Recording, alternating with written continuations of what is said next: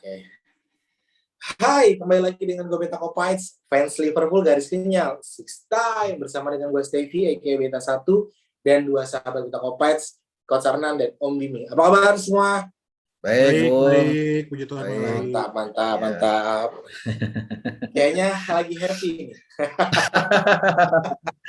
Gila ya, setelah berapa abad nggak ada transfer in yang bagus gitu ya. Happy lah kita. Kita tuh terakhir bertiga tuh Spurs tuh di November ya? November. Iya, November terakhir kan. Berarti ada jeda kosong di bulan Desember yang kita nggak space. Nah, mungkin teman-teman yang udah denger space kita di bertiga, udah pernah sering Twitter, kali ini kita kembali lagi untuk versi yang sebelumnya di YouTube atau di podcast agar semua teman-teman yang mendengarkan nyaman ya untuk bisa mendengarkan obrolan kita di bertiga ini ya. Gitu kalau lebih. Oke. Mulai-mulai pertama kita langsung ngebahas tentang winter transfer dulu kali ya. Siap. Ya, kelihatan banget nih Stepi mukanya happy benar. Iya, happy dia. Happy lah Mas Bim. Gila ya. Winter transfer yang hampir kita tahu, maksudnya kita tahu di mana notabene bukan Bani ya, tapi ibaratnya pemuja atau pembenci FSG tuh teriak kencang banget. Termasuk gue. Lalu ditutup manis dengan pembelian satu pemain. Iya. Respon kalian berdua tuh seperti apa sih untuk menanggapi dua pemain tersebut, Ambimi atau Coach Arnan? Mas Bimi dulu ini. Gue dulu. Ya, Coach Arnan dulu. Coach Arnan dulu. Oke. Kita harus biasa kasih kita kayaknya nih. Iya. Ya, kalau mengenai winter transfer window kali ini, gue cukup happy ya, Bung Step dan Mas Bibi ya. Dengan masuknya Luis Diaz. Luis Diaz ini kalau kita pernah ingat nih Bung Tepi, dulu kita pernah bahas waktu Champions pertandingan Porto melawan Liverpool ya, waktu itu kita bahas dan kita cukup membahas juga mengenai dia bahwa dia ini adalah satu-satunya pemain Porto yang berbahaya yang harus diwaspadai oleh Liverpool. Dan memang terbukti ya pada saat game kita UCL itu memang dia yang paling berbahaya ya, beberapa kali mengancam sisi pertahanan kita, dan pemain yang sama akhirnya dibeli sama kita gitu ya. Jadi menurut saya itu good signing ya, setelah sekian lama kita memang perlu perlu tambahan amunisi khususnya di lini depan ya, karena memang terus terang kita harus akuin bahwa trio Salah, Firmino dan Mane ini kita juga udah sering bahas juga dengan Mas Ibi juga waktu itu di Space, udah cukup terbaca gitu oleh lawan gitu ya, karakternya mereka ini. Jadi memang perlu ada penyegaran di sisi ini gitu ya. Selain memang di sisi midfield ya kita memang perlu tambahan pemain. Nah, di sisi depannya kita memang perlu penjagaan, dan memang di beberapa podcast ya Beta Kopites dan juga space-nya beberapa kali dibahas perlunya penjagaan. Dan ini salah satu hal yang memang termasuk dari hal itu, termasuk pembelian Jota ya. Lalu ada Luis Diaz masuk tahun lalu ya. Iya, tahun lalu. Nah, ini memang sebenarnya selain menambah amunisi kita di depan, juga merefresh ya, melakukan penjagaan di depan. Jadi selain itu juga Klopp juga punya banyak opsi sebenarnya. Jadi kalau ada pemain yang memang lagi kan pemain kan pasti ada up down-nya ya. Kalau pemain itu lagi down ya Klopp tidak terpaku kepada pemain itu aja. Jadi kayak Firmino sekarang kalau memang dia lagi on form ya ada Jota. Nah, tinggal Mane sama Salah nih kan. Kalau misalnya Firmino lagi on form, Firmino lagi on form dan Mane lagi nggak form, ya Mane yang diganti oleh Jota gitu kan ya. Jadi sebenarnya Jota ini bermain untuk dua posisi ya, untuk Firmino dan sampai Mane ya. Nah, dengan ada Diaz ini berarti udah mulai kebaca nih kalau menurut saya ya. Jadi Jota ini lebih ke arah replacement-nya Firmino untuk penjagaan di striker. Sementara si Luis Diaz ini lebih ke arah sisi kiri untuk Mane. Karena kan Mane memang kita lihat juga kan beberapa kali on form down ya. Formnya kan beberapa kali down ya, sebelum dia bisa menemukan kembali sasarannya itu memang beberapa kali down.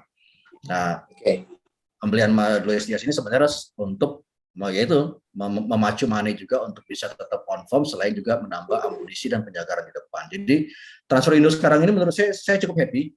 Gue cukup happy dengan apa yang dilakukan oleh Liverpool. Apalagi itu tadi ya, setelah menurut gue berapa abad ya kita nggak melakukan transfer window yang cukup bagus ya. Nah, gila ya, lama loh kita nggak beli pemain itu, kemarin cuma perpanjang kontrak doang gitu kan ya.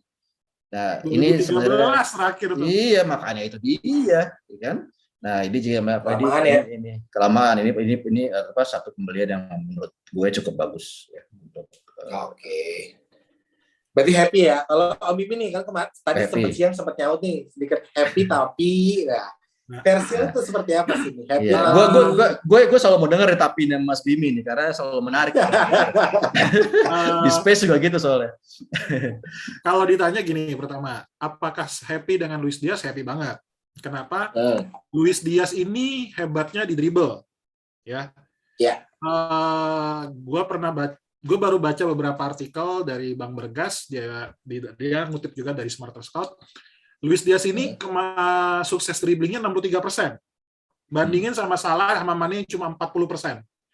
Iya, nggak sampai 50% malah.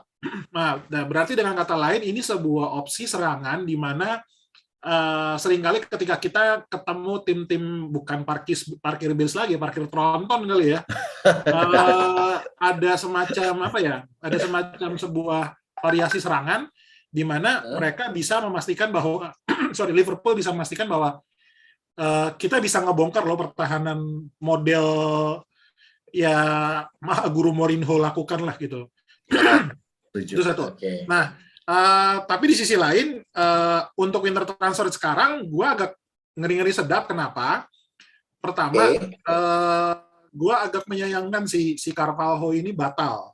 Kenapa? Carvalho itu batal kalau misalnya gini, dia dibeli let's say 10 juta pound lah di winter transfer sekarang. Gue lebih suka ngeluarin 10 juta pound winter transfer sekarang daripada nanti Liverpool pas nanti dia free transfer ketemu sama tribunal arbitration di Inggris di mana homegrown development fee itu harus dibayar. Kalau ternyata dibayar itu sampai di atas 10 juta pound, itu udah justru kayak mendingan gua ngeluarin duit scouting ke Austria, ke Salzburg atau ke Leipzig sekalian daripada gua harus ngeluarin buat pemain homegrown yang mendingan gua ngebagusin Kate Gordon lah daripada gua bagusin si siapa nih Fabio Carvalho. Itu sih yang gue agak takut gitu. Ditambah lagi gue baru baca tuh beberapa forum kalau nggak salah, kalau si Carvalho ini dibeli keluar oleh Dortmund misalkan, ya udah pemain inceran hilang. Nanti kita cuma punya Luis Diaz. Sementara midfield kita itu butuh penyegaran juga sih. Setuju. Itu yang itu apinya gue. Itu sih sejauh ini pendapat gue. Nah, gue meresponin untuk kalian berdua nih, yang dimana tadi seperti senang ada pembelian baru, happy kalau pasangan. Om Mimi, cara dribblenya di atas 60%. Bisa dibilang apakah Klopp mencoba untuk memainkan versinya continue lagi di era Liverpool? Gue udah duga, ini omongan masih kesini. Iya, sama sih Mas Bim. Ya, gue juga ada duga juga sih. Iya. Karena kan tadi sejauh ini, karena dulu ketika Liverpool menemukan tronton atau bulldozer yang diparkir depan gawang, hanya cuman continue yang bisa melakukan dribbling yang seasik kita lihat itu, dan akhirnya gue butuh orang kayak dia, tapi gue nggak mau ngambil dia nih, karena dia gue benci banget dengan cara keluarnya. Gue cari versi yang lain, Luis Diaz. Apakah seperti itu atau seperti apa? Nah, ini Mas Bibi duluan nih. Gini, bagi gue playmakernya Liverpool itu bukan di tengah, tapi di Trent Alexander-Arnold dan Robertson. Sebagian besar suplai bola itu entah itu crossing, entah itu umpan silang, entah itu passing dari kiri ke kanan, itu pasti selalu dimulai entah itu. Gue ingatlah kita ingat aja golnya Virgil van Dijk golnya Mane dari umpannya Virgil van Dijk yang di Munchen. Itu kan long banget kan, which is membangun serangan dari belakang, umpan long ball yang diterima, terus winger lari. Jadi dengan kata lain, gue lebih ngelihat bahwa playmaker tuh bukan di tengah, tapi di kiri dan kanan. Itu pertama. Terus apakah ini kita akan kembali seperti Coutinho? Pertanyaan gue gini, Ted. Pertanyaan gue gini ke lo. Waktu Coutinho masih ada di Liverpool, dia diberdayakan sebagai apa? Wing kan? Benar sebagai wing. Jadi dengan kata lain, playmaker di tengah, kreator yang ngejaga bola, kemudian ngasih suplai bola, itu justru bukan Coutinho kalau menurut gua ya, karena Coutinho pun juga. Jadi dengan kata lain memang Klopp ini ngebeli dia sebagai sebuah alternatif dan variasi serangan gitu. Di posisi kiri juga? Di posisi kiri juga gitu. Sama dong Coutinho. Nah kalau Coutinho kan bedanya kan ya gini, lo coba bandingin golnya Porto ketemu Boavista. Mumpung Mola masih ini nih belum kelar nih. Gue nonton tuh cuma Porto ketemu Boavista sama Porto ketemu Sporting. Itu dribblingnya si Dias tuh kenceng. Luis Dias tuh kenceng gitu. Terus tiba-tiba nembak gitu kan. Kalau Coutinho ya dia bawa bola, dia pakai skill ya. Gue nggak tahu lah ya, mungkin sama juga gitu. Cuma bagi gue kayak bukan yang dicari bukan sosok Coutinho-nya, tapi lebih kepada variasi serangan sih gitu. Oke, siap. Nah, gue mendengar versi dari Coach Arnan. Seperti apa nih Coach?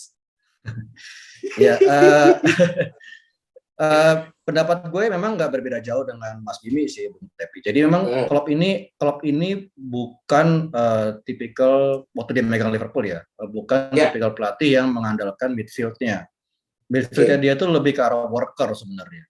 Jadi bukan menjadi bukan menjadi andalan serangan. Dia bisa jadi salah satu opsi serangan, tapi bukan jadi playmaker-nya di situ. Nah, tadi memang Mas Jimmy udah jelaskan bahwa memang era Liverpoolnya, era Klopp ini serangan tuh dari kiri dan kanan yang mana itu dijalankan perannya oleh TAA dan Robertson, ya. Dan secara bergantian di situ kalau nggak Robertson, Tsimikas kalau dia lagi main ya. Perannya kelihatan banget. Jadi emang dari sisi itu permainan kita dijalankan. Nah, memang Luis Diaz ini kalau menurut gue dia dibeli juga memang kayak tadi Mas Jimmy bilang lebih untuk variasi serangan. Ya, khususnya memang untuk ngebongkar tim-tim yang memang parkir bus tipikalnya ya, tim-tim yang memang baik mainnya itu low blocks kayak Burnley gitu ya, tim-tim serupa lah, low blocks yang kita selalu kesulitan gitu ya. Nah, memang iya untuk tim-tim seperti itu memang kita perlu pemain yang bisa pegang bola, yang bisa dribbling, bisa pegang bola, bisa memanfaatkan celah atau membuka celah dengan dribblingnya itu ya, atau dia menarik pemain lawan untuk nanti dia berikan ke rekan yang kosong untuk melakukan satu serangan yang bisa membuat gol.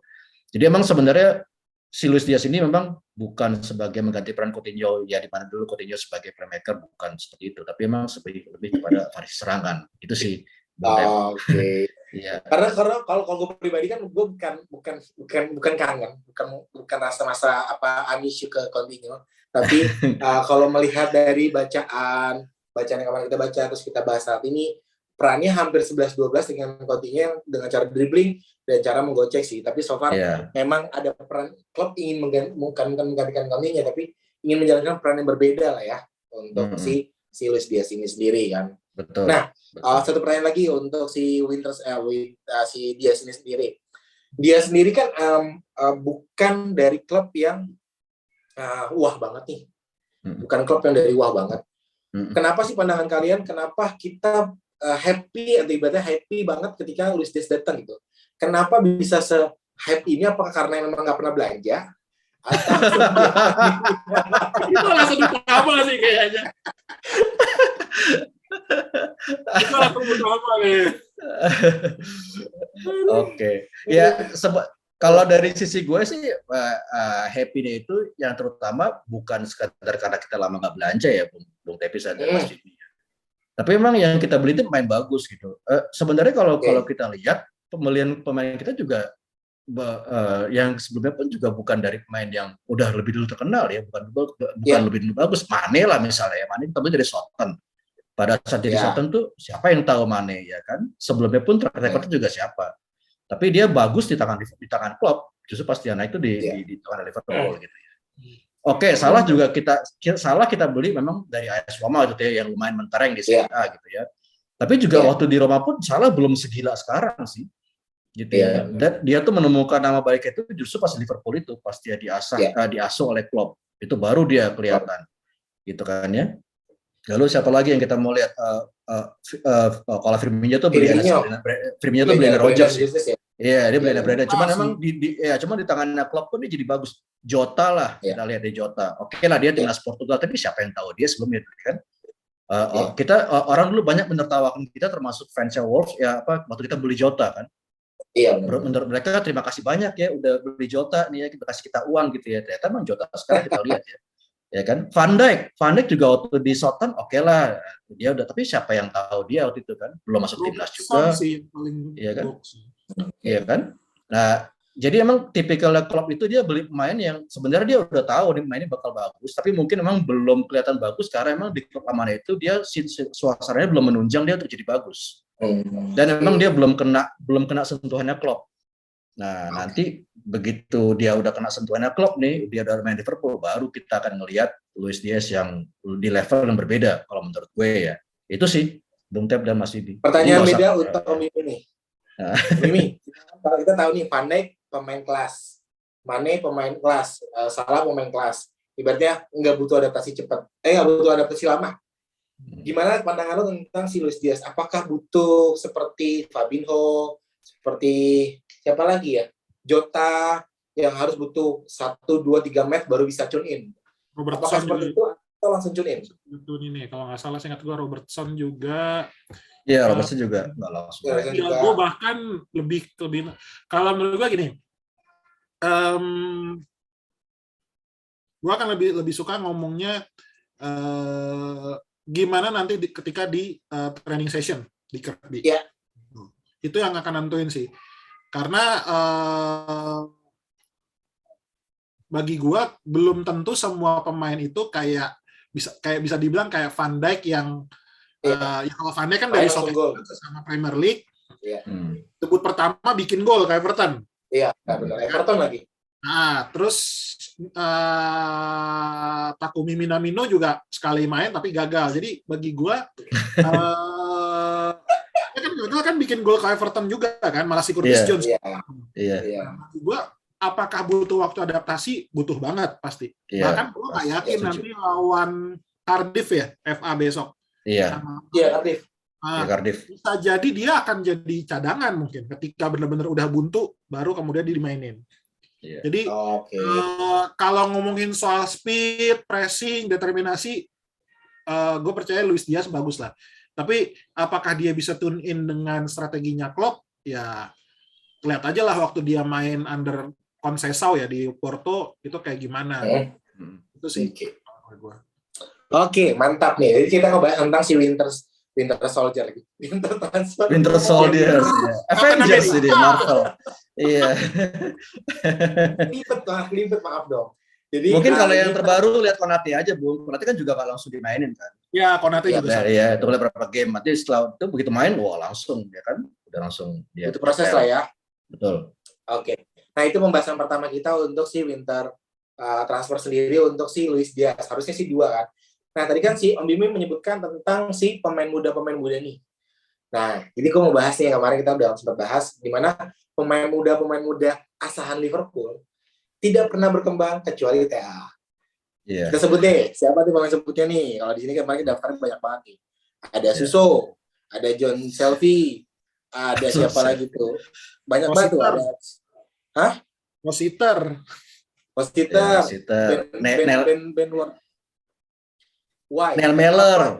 Neil Mellor ya kan, Flanagan banyak lah. Kenapa pemain muda Liverpool ini tidak bisa berkembang di skuad utama? Apakah Liverpool masih menganut tentang cuman boleh anak kota Liverpool doang yang berkembang atau seperti apa? Ayo. Mas Arnan dulu deh. Pertanyaan susah, kasih dulu yang lain. Bukan ngebahas rasis atau karena ya, cuma karena memang kita lihat sejauh ini kan cuma dari zamannya Carragher Gerrard dari akademi yang jebol masuk ke tim utama cuma TAA doang. Selebihnya menghilang gitu kan. Dan TAA cuma lahir kota Liverpool, selebihnya nggak ada. Sebenarnya kalau kita mau tarik ke belakang lagi sih, memang dari dulu pun juga dari pemain akademi Liverpool yang naik ke atas pun juga nggak terlalu banyak yang bisa istilahnya jadi level papan atas ya. Dulu kan juga cuman Carragher, Gerrard, Owen, ya kan, McManaman, ya kan, terutama salah satunya Fowler, tapi kan nggak banyak juga gitu ya. Jadi sebenarnya memang kalau kita membina main muda itu memang ada resikonya di situ. Oke. Bisa gagal, bisa enggak gitu ya. Ya kalau dibilang gagal sama sekali, menurut gue sih enggak juga, karena ya kita lihat sebenarnya dari mulai eranya sebelum 90 pun kita juga ada pemain yang dibesarkan dari akademi, walaupun memang tidak banyak. Tapi ada gitu ya, walaupun memang sekarang semakin berkurang jumlahnya, kadang sekarang cuma TAA ya yang terakhir bisa masuk, maksudnya benar-benar kelihatan gitu ya sebagai pemain yang memang bintang gitu ya. Ya, tapi memang kalau menurut gue sih memang itu konsekuensinya kita untuk akademi ya. Dan ini memang PR-nya Liverpool juga untuk akademinya gitu ya. Bagaimana bisa membangun pemain muda yang memang bisa berkesinambungan masuk ke dalam skema yang dibutuhkan oleh tim utama dan akhirnya bisa berkembang di sana ya, akhirnya naik ke level yang lebih tinggi. Dan sebenarnya sih Bung, kalau menurut gue sih nggak banyak juga sih klub yang bisa menjalankan peran tersebut ya. Nggak banyak. Ajax mungkin salah satunya yang paling konsisten. Lalu Barca juga termasuk, walaupun kemarin di masa sebelum yang sekarang itu hancur ya mereka, karena memang mereka terlalu banyak mengandalkan pemain luar ya, sebelum mereka meninggalkan La Masia. Tapi sebelumnya kan itu kan mereka konsisten di situ. Nah, jadi klub-klub Jerman juga konsisten ya, Munchen, ya, Dortmund. Tapi emang nggak semua klub juga yang bisa seperti itu ya. Jadi kalau menurut gue sih ini proses yang lumrah yang terjadi di dunia sepak bola, karena memang sekarang sepak bola itu kan semakin keras kompetisinya, dibutuhkan mental yang benar-benar kuat, dibutuhkan. Sebenarnya paling utama kalau menurut gue kita membahas pemain muda itu mental sih. Kalau masalah skill itu bisa kemudian, yang penting dia mentalnya itu siap ya untuk dia jadi pemain yang terkenal gitu ya, dan bisa mengemban tanggung jawab itu. Karena nggak banyak pemain yang bisa seperti itu ya. Karena kalau kita lihat skill, Carragher juga skillnya nggak istimewa sebenarnya.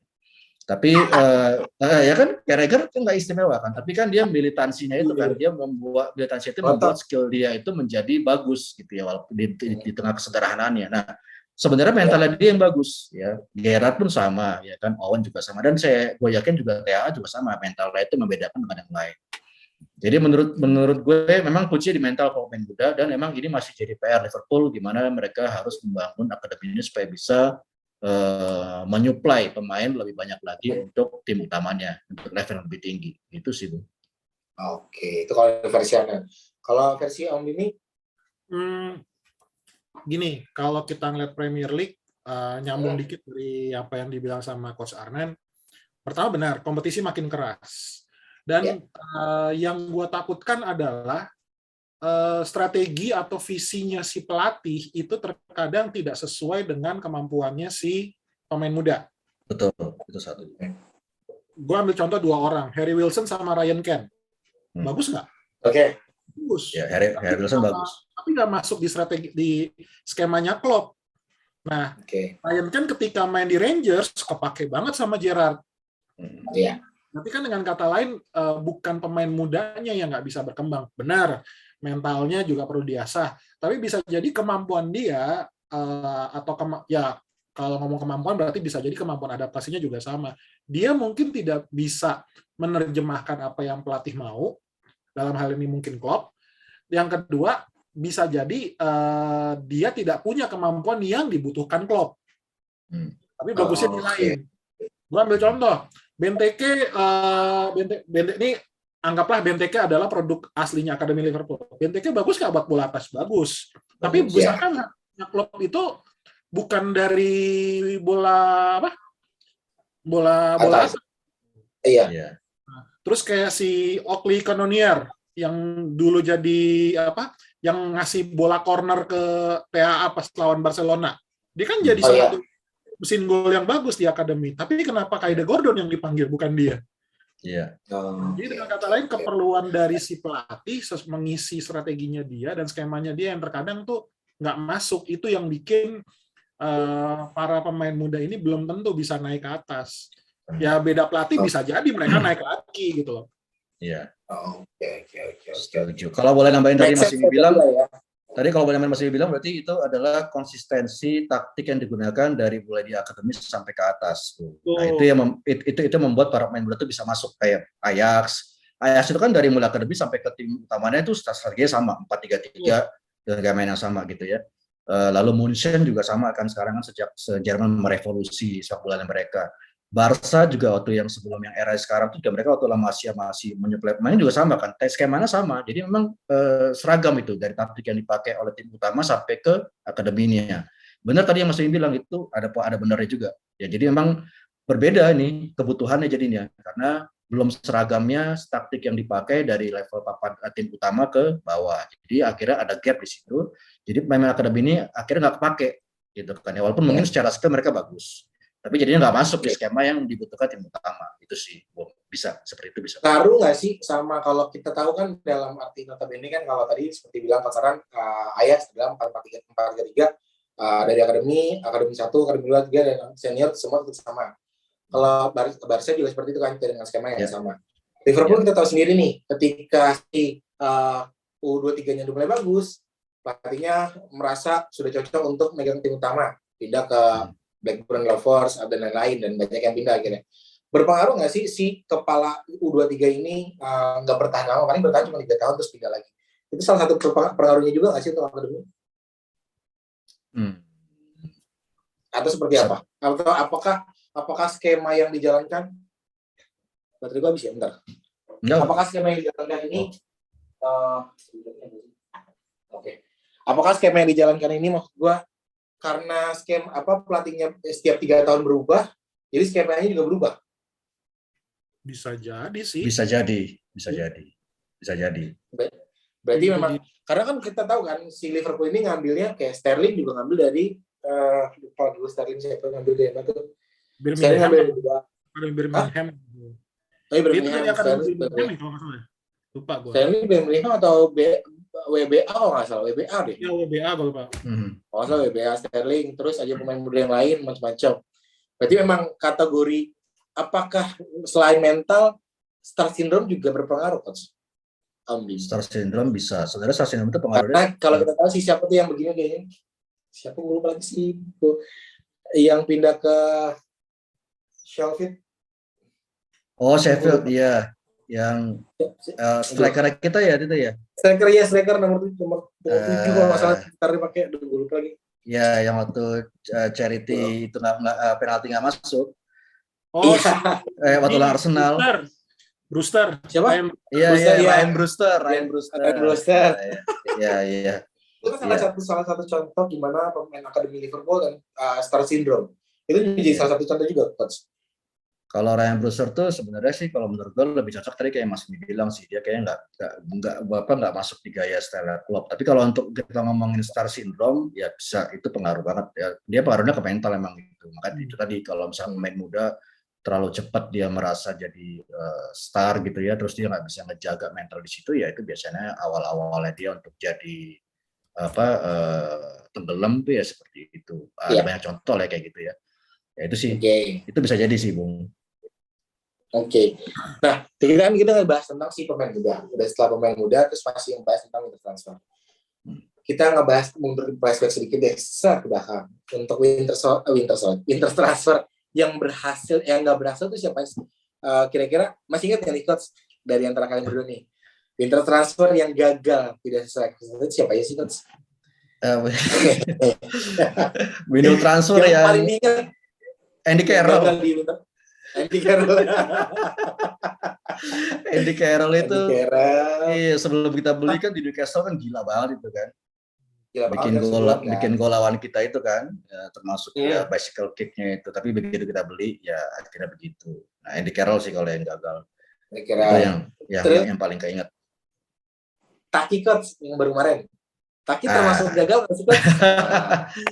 Ya, Taki sebenarnya kalau kita melihat ke ekspektasinya sih termasuk gagal. Karena kan dulu ekspektasinya kita itu kan dia paling enggak, ya kan halannya bagus ya. Paling enggak dia bisa seperti waktu dia di Casino Salzburg kan, perannya si Taki ini kan paling enggak. Nah, ternyata kan enggak sesuai ekspektasi kan. Walaupun sekarang dia masih dipakai ya karena emang spiritnya dia kan di lapangan kan selalu bagus tuh. Tapi emang kalau dari segi ekspektasi ya tetap masuk gagal, harus diakui. Nah, kalau versi lo, Om Bim, siapa nih kira-kira winter transfer yang menurut lo flop? Kalau gue bukan flop sih, gue lebih bilang kayak what the hell gitu, ngapain transfer orang ini ya? Oke, siapa tuh? Stephen Colker yang dari Pittsburgh Rangers. Back dipakai buat bola di depan. Itu buat apa coba? Iya. Jadi striker ya. Iya. Jadi itu buat apa ya? Bagi gue ya kalau misalkan transfer flop di Inter ya, selain tadi dibilang Coach Arnan, ya pasti si Andy Carroll. Gue lebih ngeliatnya kayak itu, si Colker tuh ngapain dibeli gitu loh. Di saat kita lagi butuh striker, malah beli back dijadiin striker. Itu sih, itu ajaib sih itu. Iya, itu ajaib. Gitu, kemarin dia masih transfer kemarin masih nge-tweet lagi. Kalau butuh striker bisa ngabarin gue loh. I'm ready. Terus juga yang terbaru kemarin tuh Ozan Kabak dan Davis. Ben Davis. Iya. Ben Davis juga. Itu paling transfer. Apa ya? Itu aneh sih maksudnya. Dalam arti anehnya itu dalam arti Ben Davis kan bagus banget ya. Maksudnya dalam arti memang saat dibeli saat di klub yang dulu kan memang porsinya versi yang diinginkan klub kan, umpan-umpan sudah bola dari belakang kan. Ternyata mentalnya tidak kuat banget di Liverpool ya. Sebenarnya sih bukan kuat juga ya, memang nggak mungkin dia bagus di Northampton End ya di klub sebelumnya, tapi ya level Liverpool dia menurut gue belum masuk sih, Bung. Itu lebih ke arah panic buying. Kita kemarin butuh defender yang bisa memainkan bola di belakang kan, playmaking defender kan, ganti Van Dijk kan, dengan harapan Hendo bisa didorong ke depan. Tapi ya faktanya kenapa nggak dipakai ya, gue yakin pasti sesi training pun kayaknya ya memang nggak sesuai harapan aja sih, makanya mereka pakai gitu sih, Bung. Oke. Ya, itu tadi sedikit ngebahas tentang si pembelian dari winter transfer, pemain muda, lalu juga ada yang pembelian di bulan Januari yang flop. Nah, gue mau nanya untuk pemain-pemain yang sudah modelnya kayak Fabio dah, yang udah mau deal tapi nggak jadi nih. Masih ingat gak siapa-siapa aja? Kayak si Coach dan Coach Omime dan Coach Aran, siapa sih Coach? Kita udah mau bayar nih, udah deal nih, tapi gagal karena kesehatan, gagal karena macam-macam. Siapa sih Coach? Itu gue lupa siapa nama dulu yang dari Prancis itu loh. Nabil Fekir. Nah, itu Nabil Fekir. Itu yang tinggal ditunggu foto nyendernya kan, udah rame kali ini dia ternyata akhirnya fail di akhir-akhir banget itu. Dan ternyata memang benar ya, dia memang masalah ya. Fitnessnya ya, sampai sekarang pun dia akhirnya nggak kedengaran lagi. Nah itu beneran gagal di fitness atau memang karena bohong di Liverpoolnya sih Coach atau Omim? Yang gue dengar sih Nabil Fekir itu ketika lagi tanda tangan kontrak, sign kontrak dan segala macam itu, rumor yang kencangnya itu kan dia agennya katanya kan keluarganya dia sendiri, entah itu saudara, sepupu, gue nggak tahu, tiba-tiba masuk terus ngerecokin proses negosiasi dan minta harganya dinaikin gitu. Oh gitu. Itu rumornya sih. Cuma kalau menurut gue ya bayangin lah, dari pemain penting di Olympique Lyon tiba-tiba lu sekarang main di Real Betis, terus transfer lu yang tadinya 40 juta cuma dibayar setengahnya doang di Real Betis, berarti bagi gue ya you are not good enough juga sih. Iya. Oke. Berarti memang kesehatan itu juga menjadi salah satu faktornya. Iya, kalau menurut gue sih. Jadi. Iya. Tapi kalau soal ngomongin kesehatan tuh setahu gue yang paling parah tuh Tuloy Remy sih. Oke. Oh iya, Tuloy Remy ya. Itu dari mana ya, sebelum ke Chelsea dia? Ya, dia itu kan didiagnosa ternyata ada masalah di jantung kan. Jantung. Nah, Liverpool nggak mau ngambil resiko, akhirnya ya udah batal. Padahal harga udah cocok, terus transfernya juga udah bisa. Tapi ketika tes kesehatan diperiksa jantungnya bermasalah kan. Jadi kalau lo pernah suka kayak Inside Melwood yang hari pertama transfernya siapa tuh kan, emang diliatin tuh, dikasih tahu si Alisson, your heart is so ini, atau enggak kayak Sako yang sampai merusakin alat fitness kan. Nah itu kan kelihatan gitu. Sayang sih Loic Remy itu ternyata masalah jantung. Ternyata di Chelsea kepake, tapi akhirnya nggak, ya biasa maksimal juga. Iya, biasa aja. Bertahan cuma 2 musim kalau nggak? Iya, 2 musim. Nah, yang kalian selain Nabil Fekir dan Remy siapa lagi nih? Kalau gue ingetnya si William Teixeira. William Yang juga dia- sebenarnya sih itu sampai dia salah sebut klub juga. Jadi kayaknya agennya tuh nawarin nggak cuma ke Liverpool bisa jadi, atau nggak Liverpool, selain Liverpool ada City juga, ada Chelsea juga Iya. yang kan, Spurs Iya. juga. Iya. Tapi Sekarang yang berlabuhnya ke Cina kan. si siapa? William. William sama Teixeira. Ya, William Iya, sama Teixeira di Cina.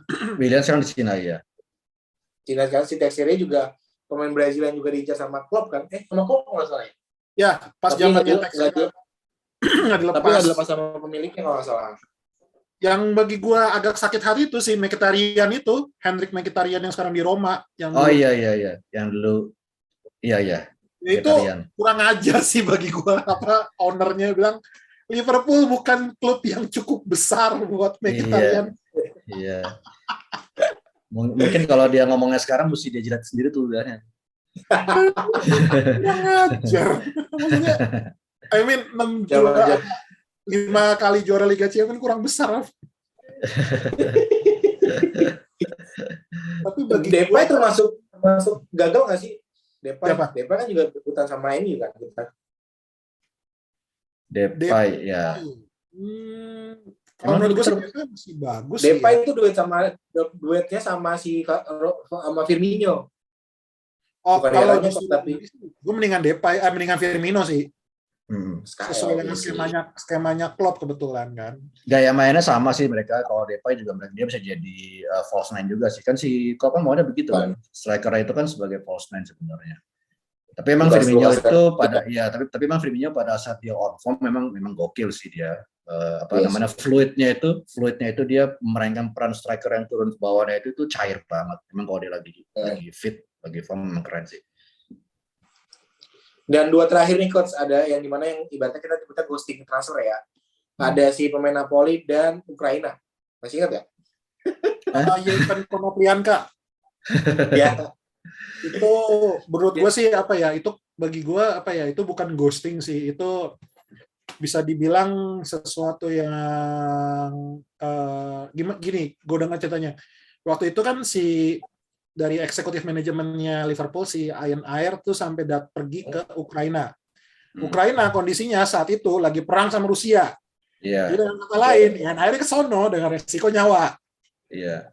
Udah negosiasi, udah ngobrol-ngobrol, terus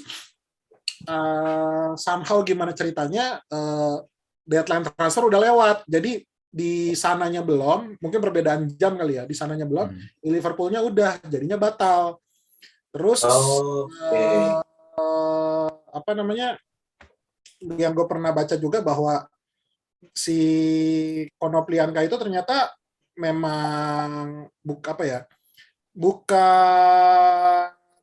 memang tidak mengizinkan sih buat si Konoplyanka itu buat pergi gitu, karena timnya Dnipro kalau nggak salah tuh ya, di Dnipro itu masih fokus buat lolos ke Dnipro itu masih main di Europa League setahu gue. Ya oke.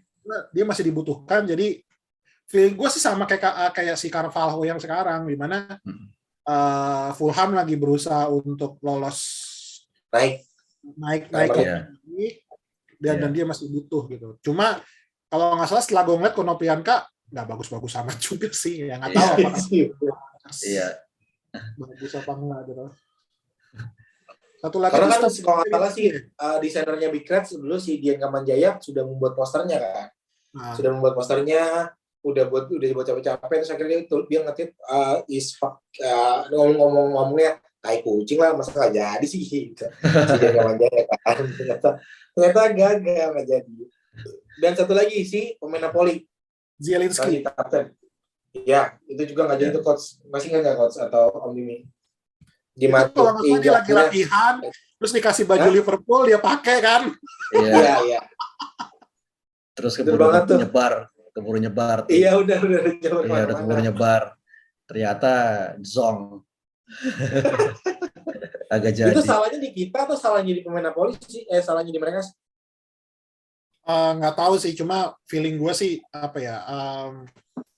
nggak ada rumor sih ada, cuma nggak kenceng waktu itu rumornya sih, nggak terlalu kenceng juga. Yang nggak terlalu kenceng, bisa jadi kayak ketertarikan atau ya gue sih kalau gue baca-baca di beberapa report ya pengen gitu ada ngedeketin, cuma ya kita kan nggak tahu apakah ternyata tidak ada apa ya benar-benar sebuah itikat kuat dari Liverpool buat ngedapetin Zielinski atau cuma sekedar rumor doang. Kayaknya nggak cukup kuat sih, dulu kita pengen ngejar dia juga. Biasa aja ya. Apalagi kan itu masa zamannya Rodgers ya? Iya, zamannya Rodgers. Sekarang juga Rodgers juga biasa aja di Leicester. Iya, zamannya Rodgers itu kan waktu itu masih pakai transfer committee kan, yang dibubarin sama. Iya. Nah, jadi kemungkinan besar ketika ada transfer committee itu bisa jadi diajukan, terus muncul rumor keluar, ketertarikan si James Pearce atau Indol kemudian dengar-dengar bikin rumor bukan bikin rumor ya, menyampaikan rumor. Si Zielinski dengar, oh ya lo mau dibeli sama Liverpool, dibeliin baju lah atau gimana ya. Tidak ada nggak ada apa ya. Biasa jadinya lah ya, tapi bukan ghosting lah ya. Iya. Oke. Tapi ghosting ini kan sebenarnya kan istilah untuk ngegantung orang kan sebenarnya ya. Jadi sebenarnya sih. Iya benar. Kontrak salah ini termasuk ghosting nggak sih sebenarnya? Siapa? Kontraknya salah ini termasuk ghosting nggak? Kontraknya salah. Kalau menurut gue ini ghosting yang paling kencang sekarang ini sebenarnya kontrak salah ya ini. Karena kalau gue sih sebenarnya kan sudah diposting tuh sama si nggak salah ada beberapa wartawan yang bilang Salah sudah melempar harga yang diminta oleh Salah ke 400.000 itu kan, 400.000 pound itu kan. Tapi ternyata kan FSG masih belum berani untuk melihat apakah harganya dia yang notabene kalau ini yang perhitungan permainan hitungan akuntansinya mereka apakah masih cocok dengan harga segitu untuk usia segitu dan seperti apa dan jangka waktu diminta 3 tahun lagi ya 2 atau 3 tahun 3 tahun. Iya 3 tahun. Nah sedangkan eranya segitu eranya Klopp udah nggak ada gitu maksudnya memang Klopp udah indikasinya 2024 udah berhenti gitu. Iya. Kalau ini sebelum melebar ya tapi hanya sedikit aja. Kan ghosting, nggak melebar lah ini. Ghosting ke pemain ini seperti apa? Untuk bukti tanda tangan perpanjangan kontrak. Ya sakit sih yang pasti. Kalau ditanya ya sakit lah karena apa ya? Gue tuh kenapa gue paling inget banget tuh ya contoh paling gampang ya 2. Nabil Fekir sama Konoplyanka itu karena gue ngikutin dua-duanya dan gue ngikutin Konoplyanka. Kalau Fekir itu kan sampai fotonya udah kesebar. Nah iya itu. Wawancaranya dia udah diwawancara segala macam itu dia. Iya. Jadi bagi gue tuh apa ya sesuatu yang tragis sih bagi gue gitu. Iya tragis bener tuh tepat baris lah. Kalau Konoplyanka itu selain udah di welcome juga bagi gue juga kayak apa ya kasihan aja gitu lo udah jauh-jauh pergi ke negeri antah berantah tuh negara lagi perang malah batal itu kan kayak kalau besok lu pulang mati gimana nih cuy. Iya udah istilahnya udah menyambung nyawa lah ya ke sana. Iya gitu itu sih. Jadi ya kalau menurut gue agak tragis sih karena pertama gue ngerinya bisa jadi pemain itu benar-benar dibutuhkan oleh strategi tim sebagai bagian dari strategi tim. Ternyata batal karena hal-hal yang apa ya nggak terduga teknis. Iya. Bagi gue unbelievable mungkin ya.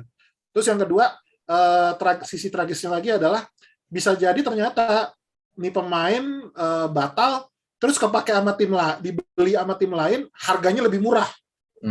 Terus jadi gacor di sana. Iya jadi bagus. Sakit lagi gitu loh. Iya. Gitu kayak siapa takutnya salah kayak gitu ya bisa jadi gue gini kalau kaitin ke Salah ya gue lebih suka menyebutkan bahwa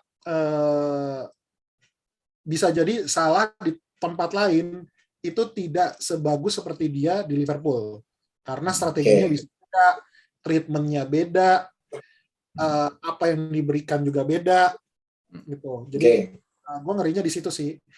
Gosipnya gue baru sama kayak Lukaku dari Inter ke Chelsea saat ini. Bisa jadi. Bisa jadi. Kayak Timo Werner dari Salzburg ke Chelsea saat ini. Iya, atau dulu Torres dari kita ke Chelsea kan juga sama tuh. Oh iya sih, benar kan. Cuman ya gue juga kalau gue sih lebih gerinya lagi, oke lah, mungkin tadi yang masih bilang kejadiannya mungkin banget terjadi seperti itu. Nah, gue lebih ngerinya adalah kita belum siap kehilangan Salah aja, itu aja sih.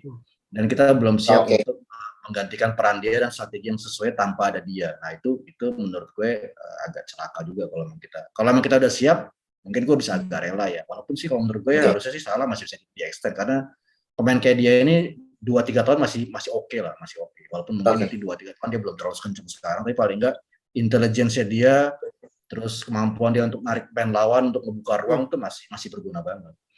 Tapi ya itu tadi mungkin keputusannya pas dia ngangkat piala di Mesir. Kalau di dia dapat piala, mungkin akan ada kontrak. Iya, masih bisa jadi. Jadi itu karena melihat konsepnya kan, karena kalau di Liverpool dia udah teruji nih. Kalau di negara teruji berarti kan memang dampaknya mati di dia gitu. Makanya FSG harus melihat ke situ juga. Iya, maksudnya pembuktian buat dia juga ya kayak FSG ya. Dia semifinal masuk kan ya, Mesir ya? Masuk semifinal masuk. Ya padahal gue berharap digugur tuh biar cepat pulang. Kalau lolos ke final bisa tuh Mane. Iya. Senangnya malah ntar final Senegal ketemu Mesir itu seru sih. Iya sih itu seru. Kalau dari sisi penonton sih seru. Itu seru sih. Itu. Jual antara ya jatuhnya kayak bakal akan ada yang Ronaldo Rooney lagi sih. Iya itu mah LFC. Iya itu duel LFC itu kalau memang final ketemu itu mereka mah udah pasti kan gak ada Mane masalah. Portugal Inggris kan gitu kan, akhirnya si gara-gara berantem sama Ronaldo kabur kan. Kalau takutnya kayak gini nih, Mane sama Salah bela negara, cekcok, salah satu dikabur. Bagus kalau Mane yang kabur kan. Iya sih. Nih kalau ngomongin transfer Indo yang gagal, transfer Indo yang berhasil kita nggak mention nih.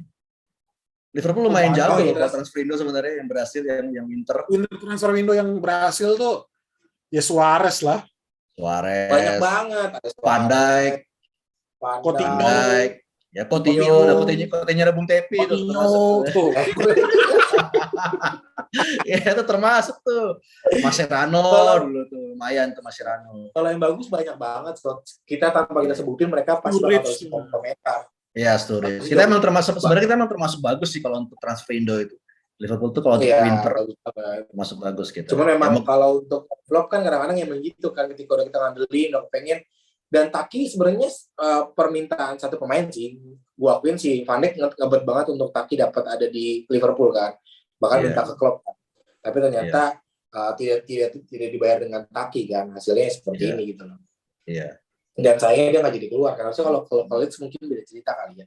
Tapi sayangnya dia tetap stay. Iya, dia kalau Leeds ya Bielsa mungkin lebih bisa maksimalin dia. Ya mungkin seperti Om Bimi bilang, beda pelatih beda cara pandangnya, seperti Coach Boyo bilang kan, beda cara pelatih beda cara pandangnya, atau mentalnya juga nggak karena ada juga yang model kayak contohnya nggak usah pemain luar, kita aja, aku nggak suka pelatih ini ya, gue mau cari pelatih lain lah gitu kan, ada yang seperti itu juga kok. Jadi ya seperti itulah, bahkan pemain pro juga seperti itu sih.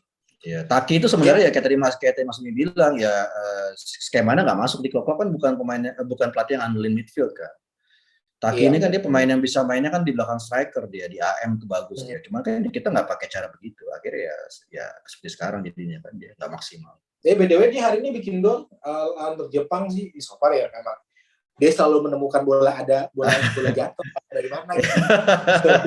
Kalau di Jepang beda lah dia, di Jepang beda sih.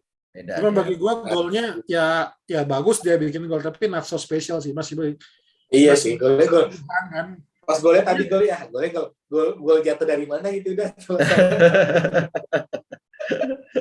Kalau misalkan golnya dia apa ya kayak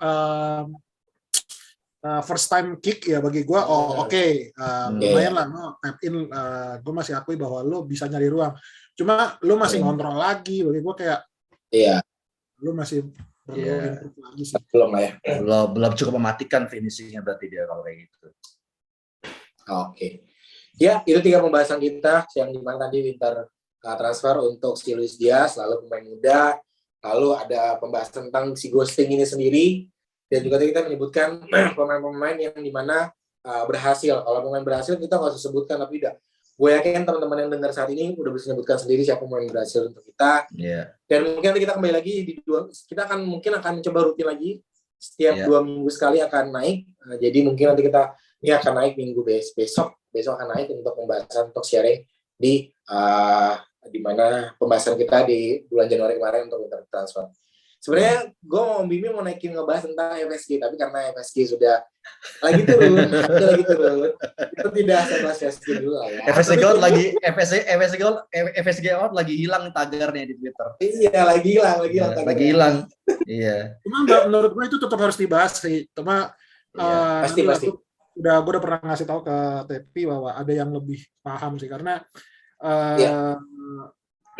gue ngobrol sama temen gue yang kebetulan ada dia kuliah di Leeds, ya memang harus, kalau lu ngelihatnya dari luar, dari Indonesia mungkin beda gitu.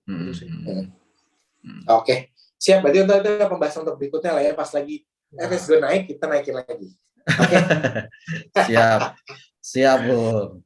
Oke lah kalau gitu, sampai ketemu lagi di episode selanjutnya, dan jangan lupa untuk teman-teman bantu share, atau kalau di YouTube jangan lupa klik tombol subscribe dan klik tombol lonceng untuk mendapatkan video selanjutnya, dan jangan lupa klik tombol like kalau suka, kalau nggak suka dislike, dan sampai ketemu di episode selanjutnya. See you, bye bye.